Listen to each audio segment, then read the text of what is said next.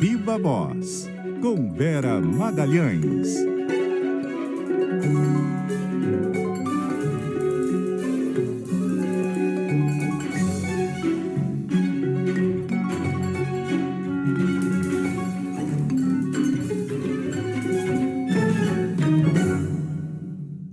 Vera Magalhães, boa noite, tudo bom? Oi, Carol, boa noite para você, para os nossos ouvintes, também para quem está nos assistindo. Vamos lá com o resumão da semana, uma semana em que a gente falou muito sobre segurança pública, né, Vera? O debate público foi tomado por esse tema, começando pelo Legislativo. A Câmara passou a semana tentando votar o projeto de lei antifacções, não conseguiu. Samantha Klein, agora há pouco, falou com a gente que a expectativa é de tentar votar na semana que vem. O pessoal do Centrão dizendo que o consenso virá, não sabemos ainda em que termos. Será que vai ser possível votar essa proposta na semana que vem? Ainda não tem esse consenso, né, Carol? Porque por mais que o deputado Guilherme Derrite tenha feito alterações, ele fez muitas, são 4 versões do projeto, até o nome, a nomenclatura que ele adota para o projeto e para chamar as organizações criminosas foi mudando ao longo da semana, criando fundos diferentes que iam mudando de versão para versão.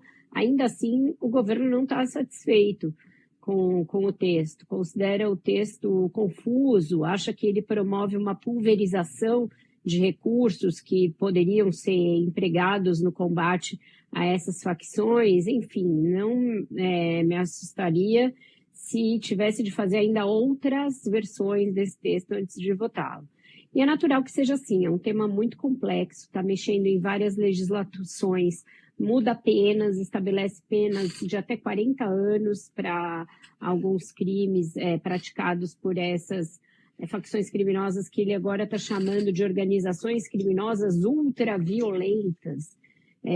Não sei para que exagerar tanto nos adjetivos, coloca um nome, né? Facções criminosas, e aí define o que elas praticam para serem consideradas facções criminosas. Vai ficar evidente que a gente está falando de grupos ultraviolentos, mas parece que a necessidade de carregar nas tintas tem a ver com todo o contexto justamente de grande apelo popular que tem a discussão de projetos que houve essa semana.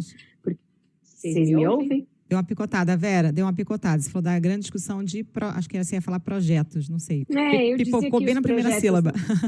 Tá bom, desculpa. Eu dizia que os projetos na área de segurança têm esse grande apelo popular e eleitoral. E isso explica um pouco essa corda esticada, essa disputa, tanto por autoria, por protagonismo, como por caminhos, também por recursos orçamentários. Eu acho que isso foi uma das grandes razões para o tema patinar ao longo dessa semana. Isso se deve muito ao fato de que o presidente da Câmara decidiu designar alguém muito ligado ao provável adversário do Lula na eleição do ano que vem, o secretário de Segurança Pública do Tarcísio de Freitas. Então ficou ali a polarização que já existe na política brasileira, foi levada para o centro desse debate. E isso tem empacado as coisas, tem dificultado que a ideia avance. O projeto original do governo era mais redondo, era um projeto com menos nomenclatura, menos fundos. O do Derrite queria um fundo para isso, fundo para aquilo. Se a operação da Polícia Civil vai para um lugar o dinheiro, se a operação da Polícia Federal vai para um outro lugar, bastante confuso. E eu acho que ele não promove aquilo que é essencial em termos de combate às organizações criminosas, que é uma integração efetiva, uma integração em que um não queira eclipsar o outro, que um não queira disputar comando com o outro e que haja realmente uma união de esforços com o mesmo objetivo. E Vera, a esquerda decidiu partir para o embate, né, com o relator Guilherme Derrite. Nas redes sociais, aí, não oficiais, né, pipocaram aí posts, também fotos daquele jantar entre o Derrite, o Arthur Lira e o Eduardo Cunha, e aí vídeos dizendo que o relator trabalha a favor dos bandidos, quer impedir a atuação da Polícia Federal. Essa estratégia vai funcionar, você acha? Estratégia ousada e que já mostra que a gente está mesmo em período de pré-campanha, Carol. O que existe, né? E existe há bastante tempo e cada vez de uma forma mais sofisticada. tanto a direita quanto a esquerda têm os seus perfis nas redes sociais, sites e grupos de WhatsApp, grupos de Telegram que não são oficiais, mas que são usados para fazer a narrativa política. Isso pode ser tanto para propagar fake news, quanto para propagar algo que fustigue o seu adversário. No caso desse projeto, não vi fake news circulando, mas vi a foto do jantar a que você se referiu, em que o Derrite aparece ao lado do Eduardo Cunha e do Arthur Lira num restaurante português em Brasília, para fazer uma associação entre essa discussão e o projeto de lei antifacções, de que eles estariam tentando blindar aqueles investigados pela Polícia Federal para que não fossem justamente investigados. No mesmo dia, vazaram muitas imagens de um ex-assessor do senador Ciro Nogueira, que é alguém ligado a esse mesmo grupo, circulando em viagens e jatinhos, etc., com investigados na Operação Carbono Oculto. Então, essa narrativa que está em curso e que como eu perguntei para várias fontes, quem são os responsáveis? É o lado B. Lado B é isso, são fontes não oficiais, mas seguem uma certa estratégia determinada pelos partidos. Então, o lado B petista, divulgando essas coisas para fustigar e enfraquecer o relator, enfraquecer esse grupo que quer mudar o projeto do governo de lei antifacções. Até aqui não tem funcionado, Carol. Até aqui as pesquisas mostram que não tem apoio da maioria a visão que a esquerda e que o governo federal tem para a segurança pública. Mas é uma aposta que está correndo aí e talvez essa associação de que as mudanças do projeto estão sendo feitas para blindar o crime organizado, talvez ajude a que as mudanças no projeto sejam feitas, mais mudanças ainda, além das que já foram. Pegando esse gancho das pesquisas, né, se a gente for olhar a Quest, 34% da população desaprovam a ação do governo na área da segurança. Tem um plano para fazer frente a isso? Ontem, naquela reunião com vários ministros, o principal assunto que o Lula tratou foi esse: segurança pública.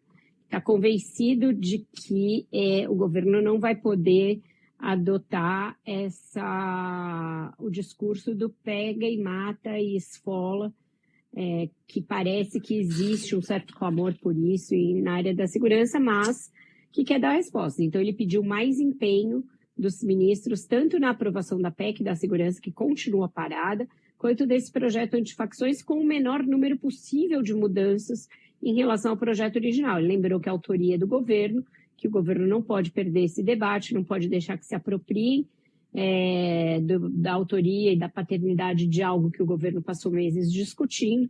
Então, deu um sacode ali nos ministros para que eles sejam mais aguerridos na defesa do governo nesse assunto.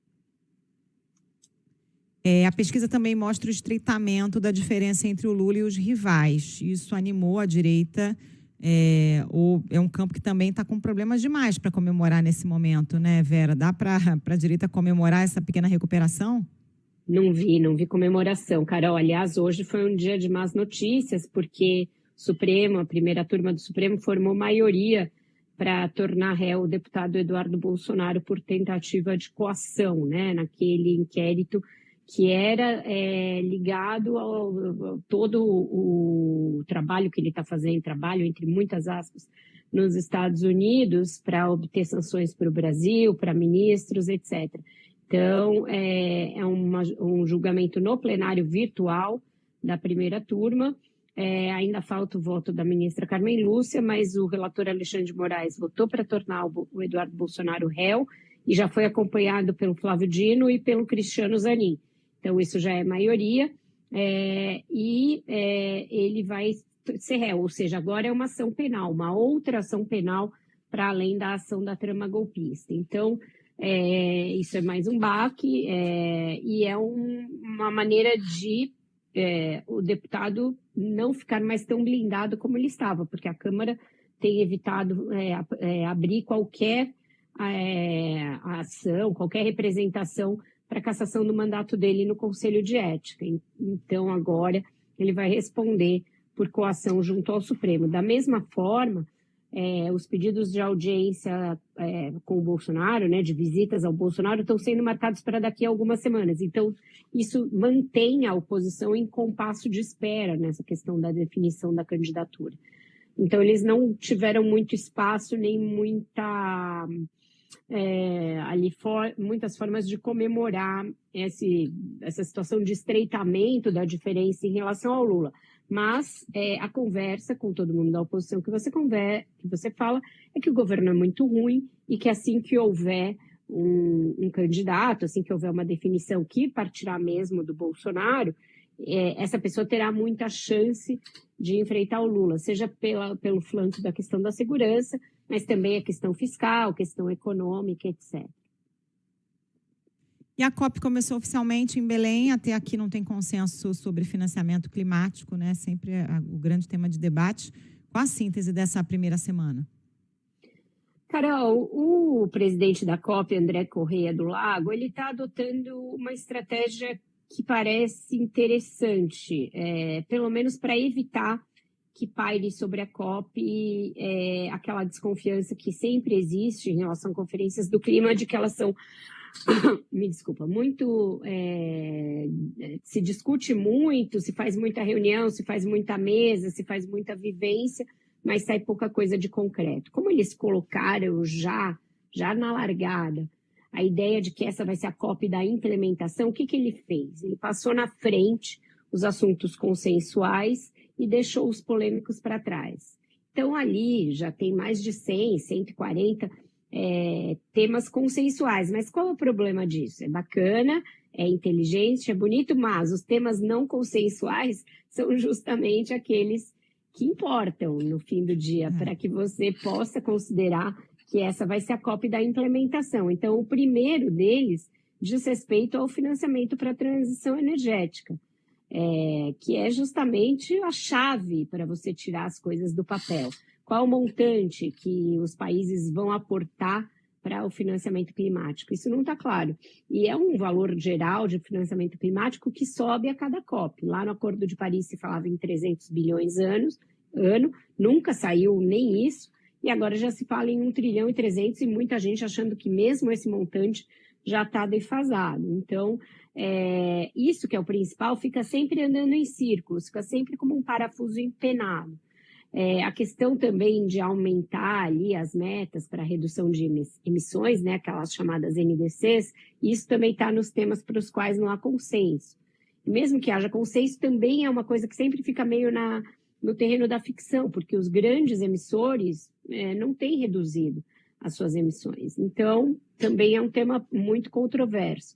E, por fim, tem uma ideia aí de não permitir medidas unilaterais para restrições a comércio por razões ambientais, porque aí o que se diz é que essas medidas passam a ser protecionistas e não verdadeiramente protetivas do meio ambiente. Mas é uma coisa um pouco contraditória, porque se você quer justamente forçar os países a adotarem medidas, você adotar barreiras para não cumprimento de medidas ambientais é uma boa coisa. Então, tem esses temas que ainda vão demandar muita discussão nos próximos dias para se tentar chegar a uma carta que realmente dê uma cara de COP da implementação. A boa sacada foi a ideia do Fundo Floresta para Sempre. Esse daí parece que vai sair, não se sabe se vai sair com os recursos que o Lula queria a princípio, mas já está chegando quase lá. Mas isso é quase uma coisa assim lateral, né? Não era o principal. E a ministra Marina Silva ainda enfatizando a ideia do mapa do caminho, que é justamente o mapa para tirar tudo do lugar. E aí o Brasil se colocando como protagonista nisso e buscando a adesão dos outros países. Bom, para a gente fechar com música, vamos falar de algo que tem consenso, que é o Brasil fazendo bonito aí no Grammy Latino 2025? Fez muito bonito. É uma pena que as categorias separem, né? Coloquem os brasileiros numa espécie de cercadinho de artistas de língua portuguesa. O ideal seria colocar os brasileiros para brigar na liga geral do Grammy Latino, porque a gente tem como ganhar várias dessas categorias. Então, no geral, né, que é dominado por artistas aí de língua espanhola, quem se classificou muito, quem foi muito bem, foi o Bad Bunny, porto-riquenho, um dos grandes fenômenos do ano, junto agora no fim do ano com a Rosalía, que é espanhola, então não entra nessa história, não entrou ainda. Mas entre nós, brasileiros, muita gente saindo consagrada por bons álbuns nesse ano. Destaque para a Lineker, que ganhou em 3 categorias, e também para esse jovem, né, expoente aí do piseiro, da vaquejada, que é o João Gomes, que caiu nas graças de grandes nomes da MPB, e esse ano fez o disco, que foi o disco premiado, chama Dominguinho, com outros 2 artistas nordestinos, o JP e o Mestrinho, e é esse que a gente JP vai é paulista, ouvir. não é nordestino não, Vera. Ah, não? Oh, desculpa, foi mal. JP mesmo, é paulista. Ele é litoral de São Paulo, né? Tá certo, acho que sim. Isso. É isso, tá certo. Ou Acho de que Osasco? não sei exatamente de onde ele é, mas ele é de São Paulo, Deixa acho eu que ele é ver. de Osasco, Carol. Isso. Tem toda a razão. Mas o álbum é uma gracinha. Bom demais, vamos Aí ouvir. você vem pra competir com as estrelas. Do seu amor sou refém. Você é minha certeza. Hoje eu lembrei de nós, embaixo dos lençóis, viajando sem sair do quarto, sonhando acordado. Você é meu norte. Bom demais. JP de Osasco, isso mesmo. De Osasco, ela Aliás, o JP, no Grammy passado, acho que ele tinha levado 3 também, no Grammy 2024. Então, totalmente premiado. Vera, um beijo, bom fim de semana pra você. Pra você também, Carol. Um ótimo fim de semana. Até semana que vem.